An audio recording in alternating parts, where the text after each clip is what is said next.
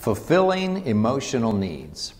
This session is unique in several ways. First of all, unlike the other videos, this particular video is just for group leaders. In your instructions, I'm sure you read that you have the option of either teaching the lesson yourself or playing the video of my teaching that lesson. This is not a lesson that you can do that with. So this video is just for you, the group leaders. I'm going to guide you through how this session will go, but it's one that you will need to teach yourself. Because the homework and the lesson are combined. Secondly, this session is unique because it begins with a pop quiz. So start by asking the couples to turn to a blank page in their couples manual. And you will see the looks on their face, just like children in school that weren't expecting a pop quiz. Tell them no cheating. They can actually cover their answers if need be, but make sure that they're not looking to each other for the answers. The point is to know how much material they have retained. Ask them to write the numbers 1 through 9 vertically, and then ask them to list the 9 fruits of the Spirit in order. And be patient and give them plenty of time to do this. So you can just watch, and as they're writing, you know they're still answering their questions and thinking. So just watch the group, and you'll know when everybody is finished. Under those answers, have them write the final 2 words to this theory. The root of anger is a blank blank. Then have them write the numbers 1 through 4 vertically and have them list the proper hierarchy of priorities. And again, give them plenty of time to think and remember and write those out. Next, have them write the numbers 1 through 3 vertically and list the 3 levels of communication. They'll think harder on that one. It's farther back in the program. It was one of the earlier lessons, but give them time to do that. And then tell them under those answers to write the letters L-I-V-E vertically. And by the way, we're not just looking for the words that match those letters in the acronym. We're looking for the whole sentence. Listen carefully, interpret what you heard, and so on. And then finally, have them complete the 2 missing words from this statement. When blank connects with blank, bad things happen. And of course, we know the answer is when selfishness connects with authority, bad things happen. So now, when they're done answering these, don't just ask them for the answers. Start by asking for a show of hands from everybody that was able to list all 9 fruits of the Spirit. So first of all, you want to know, before answers are given, how many of you were able to answer this one. You just want to kind of get a reading on how many people were able to remember. And then after you see how many were able to remember, then ask somebody to recite them. And continue to review the answers by asking first how many were able to answer it, and then ask someone to give the answer. Also, be careful to not allow one person to dominate the answers. If they've already answered one, try and look to somebody else and give everybody plenty of opportunity to answer these. So needless to say, it's very important that you review this material from time to time to keep the information strong in your mind. You can't use it if you don't remember it. Now, my understanding of couples at this point is that they want to remember this information. If you think about it, they have invested 11 weeks and have 1 to go. They didn't invest all of that time for nothing. They want to retain this information. And my purpose in putting this pop quiz in at this point is really to show them that they have forgotten a lot of the information. and as a result of that, encourage them to go back and review their information to try and retain as much information as possible. You will see in tonight's homework, they do that review. So hopefully this pop quiz will show them what they have forgotten and increase the value of their review this week when they do their homework. The homework review and lesson this week is slightly different in that the homework review and teaching are intertwined.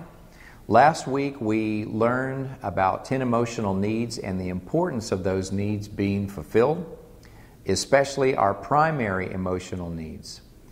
Through your homework assignment, you learned yours and your spouse's 3 primary emotional needs. This week we will focus on what those needs are and what it will take to fulfill them on a long-term basis. And we'll start by going around the circle and asking each person to share. So let me explain how you will do this. You'll start with the first person in your circle, and you will ask him or her for one or more of his or her top 3 emotional needs. Be especially sensitive to intimate details and that everyone understands that they do not have to share anything too personal. That's why I give them the option of sharing one or more, so they can share 1, 2, or 3. So if sexual fulfillment is one of them and they don't want to talk about that in a group, that's fine. They have the option to skip that one and give one of the others. You'll be surprised that some people will talk about their emotional need for sexual fulfillment very openly. And if they are comfortable doing that, that's fine. But if they're not, we want to certainly make allowances for them to skip those. Then ask that person, did any one of your top 3 surprise you? And it's often that somebody will say, yeah, I never saw that before. I felt it, but I never knew exactly what it was. And you will see that taking the assessment was kind of an epiphany moment for them, a revelation. They saw something about themselves that they have never seen before. So then you ask that person's spouse, do you know exactly what to do to fulfill your spouse's emotional needs? So the first person listed one or more of their emotional needs. Now you're looking to that person's spouse and saying, do you clearly understand what it's going to take to fulfill those emotional needs? Now, if they did their homework properly, and hopefully they did, they exchanged that information throughout the week. So their spouse should have that list and know that the 3 specific ways that their spouse needs each one of those needs met. But the purpose of going around the circle is to make sure that happens. Again, I said it before, it cannot be overstated. This is huge. They have to know their own primary emotional needs, what it's going to take to fulfill them, and they must know their spouse's 3 primary emotional needs and what it's going to take to fulfill them. So continue around the circle, couple by couple, with each person having a chance to share. And this is going to take some time. It may take an hour and a half, but give them plenty of time to share on each of these. So each of you now has something most other couples do not have, a clear understanding of yours and your spouse's primary emotional needs. The importance of meeting these needs cannot be overstated. It is vital to the health of your marriage. Make it clear to them that they have some pretty rare information. The great majority of couples do not understand this about themselves or their spouse. So these couples are way ahead of the game because they have this information about themselves and their spouse. Now let's go around the circle again and ask each person, what did you do this week to fulfill one or more of your mate's emotional needs? Again, person by person, couple by couple, ask each person that question. And after they answer, ask them, did it feel mechanical or contrived? And you'll get a mix of responses. Sometimes the person will say, No, it felt very normal. Well, that's good. And they may have been fulfilling that need all along. This assessment doesn't necessarily indicate that you haven't been meeting that need. It may verify that you've been doing the right thing. More times than not, it's something that the spouse was not aware of, and when they actually do it, it feels a little bit odd. So we want to address that and bring that to the surface and admit that, yeah, it felt kind of funny.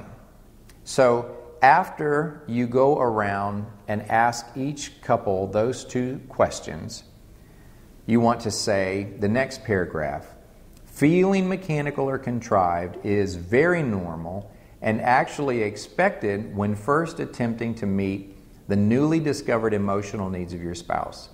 You also may have felt a little odd when your spouse attempted to meet one of your needs. You may have even thought, oh, he's only doing that because the program told him to. It's very important to understand that the awkwardness will more than likely continue for a season. It's equally important to push through this season of awkwardness until the actions begin to feel normal. Even when the actions feel contrived, you should appreciate your spouse's willingness to try. That in itself is very sweet. So the purpose of this statement is that if it wasn't addressed, some couples would feel the awkwardness, and that would discourage them from continuing to do that action or that or saying the things that it takes to fulfill their spouse's emotional needs. So we want to head it off at the pass and say, oh, it's absolutely going to feel mechanical. It's going to feel contrived, like I have to work to do this. You're going to feel it, and your spouse is going to feel it. But the truth is that only lasts for a season, and that is a season that you have to push through. And if you will push through that season of feeling mechanical, it will become your new norm.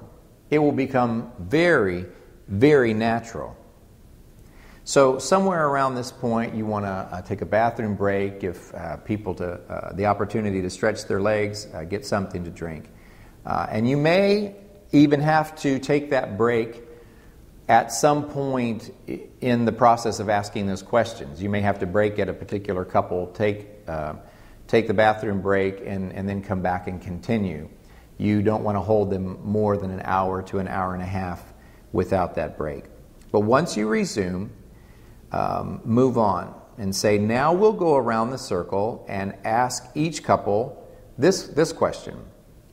Once your needs were met, were you more apt to fulfill your spouse's needs? And I think you'll be pleased with the response.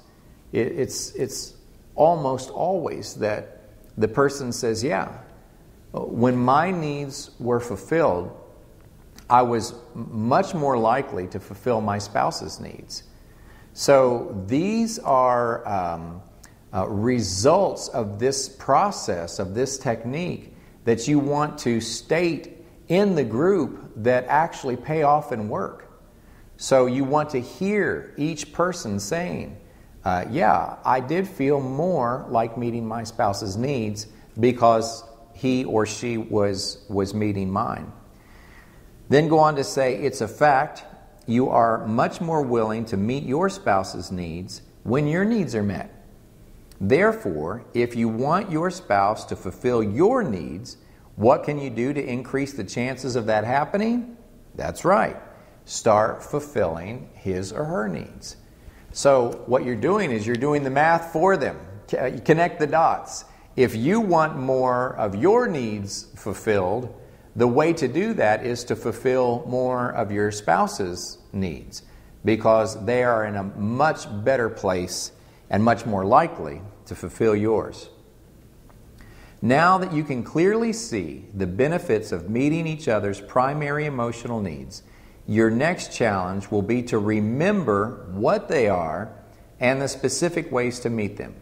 And one great option is to write your mate's 3 primary emotional needs on a 3x5 index card, as well as the specific ways to meet each one of those needs. Now, it will seem silly to some, Really? I'm going to write these on a card and carry them with me? Absolutely, if that's what it takes to remember them. And then encourage them to carry that card with them. Wives can put it in their purse. Husbands, I encourage them to fold it over and put it in their wallet.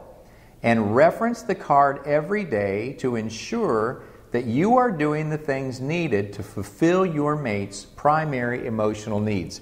It's fairly common that I will have a husband tell me later that he carried that card in his wallet, and as he pulled up in the driveway coming home from work at the end of the day, he reached in his wallet, pulled it out, and read it and decided, I'm going to do this one, this one, and this one when I go in the house to meet my wife's emotional needs. He never would have remembered that any other way. He could barely remember his home address if he had to recite it. So he's got it on a card where he's sure to remember it. Hopefully by now you've broken the vicious argument cycle. But just for a moment, go back to that time of arguing, bickering, frustration, stress, and contention, and tell me this. Of course, this is what you're saying to the couples. Tell me this. How big was your investment to maintain that mess? And when you ask that question, just pause. You will see the gears start to turn in their minds. So they may not know exactly what you're fishing for in that question, so prompt them by saying, how many hours in the day did it take to maintain that vicious argument cycle? And often someone will volunteer, an answer quickly. They may say probably at least 3 or 4 hours a day. And then prompt them by asking, how many words do you think? How many words do you think it took on a daily basis to support that mess? And you will get a variety of answers, but a common one is probably thousands. It probably took hours every day and thousands of words to maintain that. So what you're showing them is to keep that vicious argument cycle that was a result of unmet emotional needs, all of that contention and frustration and stress and bickering. It took a lot of effort to keep all of that going, hours a day and thousands of words. And then after you've given everybody an opportunity to chime in on that, ask them the question, what did it profit your marriage? And every time you'll get the same answer. 0. 0. It didn't profit our marriage at all.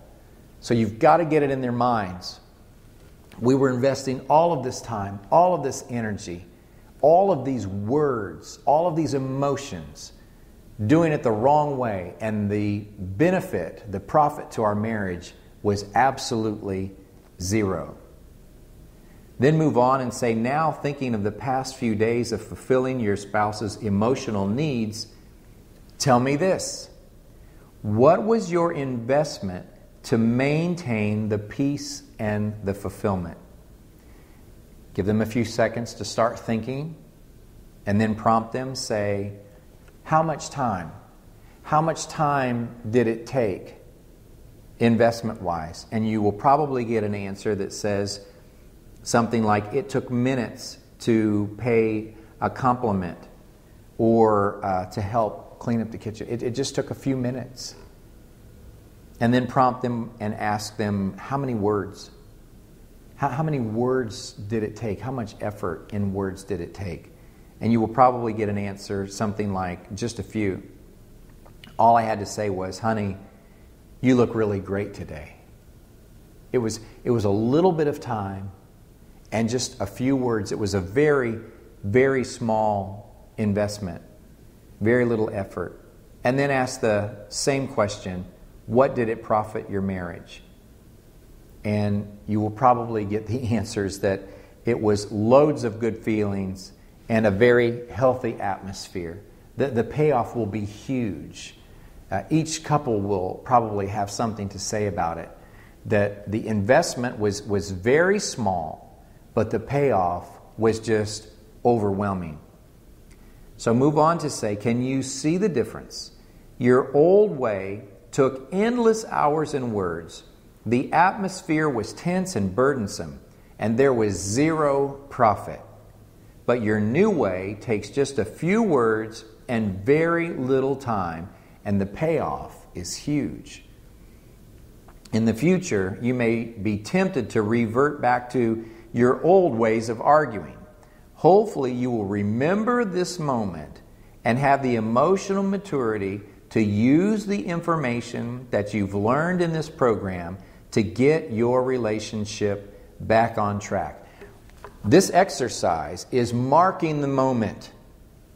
It's marking the moment. I remember the night we sat in that group and acknowledged the fact that our old way did not work. It was a huge investment.